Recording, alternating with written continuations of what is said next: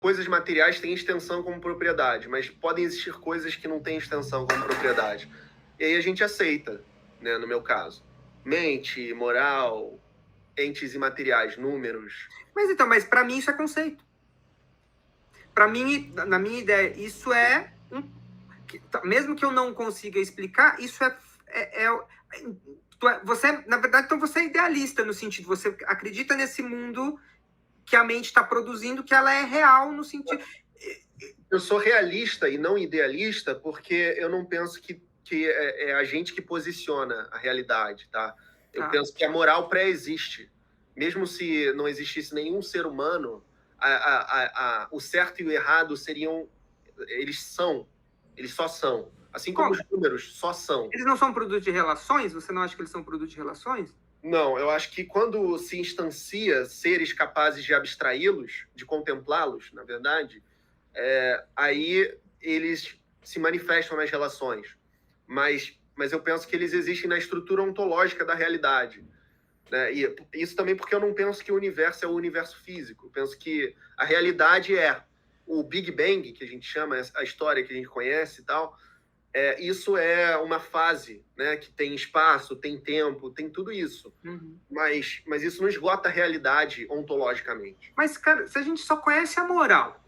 agora uma dúvida para eu tentar entender o seu pensamento. Agora fiquei muito curioso.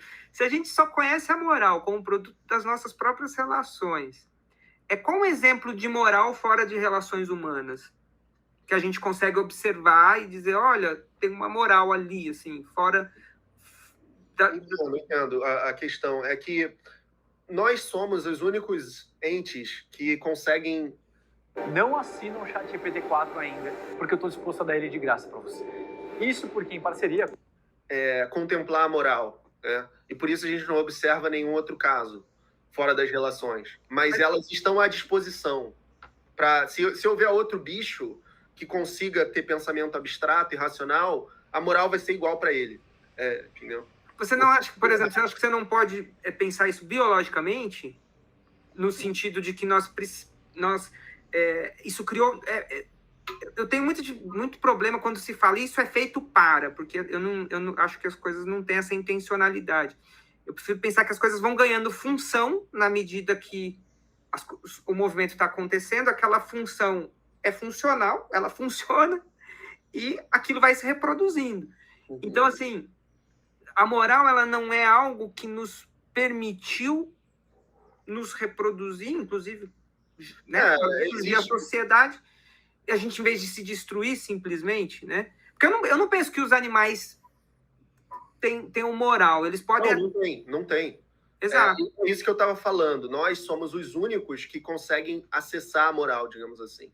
Se existisse um alienígena, que provavelmente há em algum canto do universo, que consiga também, dada a vastidão do universo, acessar a moral, vai ser igual para ele, assim como a matemática. Esse é o ponto. Mas no nosso caso, dos referenciais que a gente tem, é só a gente mesmo. E existe a tese evolutiva de que a moral ela cumpre uma função evolutiva e tal, né? Mas o problema que eu vejo é que o progresso humano ele não se explica evolutivamente, assim. Ele não pode ser reduzido a explicações evolutivas. E houve progresso, assim, nesses últimos, sei lá, 5 mil, 10 mil anos de humanidade. E especificamente mais recentemente, né, a título de exemplo, né, a abolição legal da escravidão, o sufrágio universal, né, o direito de voto para homossexuais. Então, tudo isso eu considero progressos morais objetivos. Assim como o Novo Testamento foi um progresso moral em relação ao Antigo. Claro que não foi suficiente. E ainda hoje a gente não está no patamar máximo da moral, né? Então, o progresso existe, eu acredito no progresso. Então, o progresso é o ser humano acertando mais a moral objetiva, historicamente. Mas a moral objetiva sempre esteve à disposição e sempre estará à disposição, porque é um dado ontológico da realidade, tal como os números. E esse é só o meu realismo metafísico, digamos assim, né? E ateísta, que são só dados, não tem um Deus criador, são coisas eternas e ontológicas. Mas você não transforma a moral num Deus? Você não acha? Porque, veja, se a moral nos conduz no sentido de quando a gente a encontra, a gente acerta mais e isso se transforma em progresso, isso não é algo que está, de alguma forma, nos guiando e que está se apresentando a nós de alguma forma? Porque me parece que a gente pensar que o certo e o errado existe, a gente está dizendo que há algum tipo de intencionalidade para fora do nosso âmbito humano, de relação, e eu tendo a entender a natureza, as coisas, que se a gente pode chamar de intencionalidade aquilo que Nietzsche chama de expansão da vida, mas é uma intencionalidade sem consciência de intencionalidade, ok. Mas eu tive muita dificuldade de entender o que sustenta a existência dessa moral, assim, se a gente não tem um parâmetro para poder comparar, tal. Então, justamente os cristãos, os teístas, vão argumentar, precisa de ter um ser pessoal sustentando isso. O que você põe no lugar? A minha resposta é que não precisa de ter um ser pessoal, pode ser só um dado da realidade, porque não poderia ser diferente. Aí volta um pouco ao Parmênides, que dizia que o ser é e o não ser não é, no sentido de que não podia ser diferente. A moral não podia não ser, assim como os números não podiam não ser.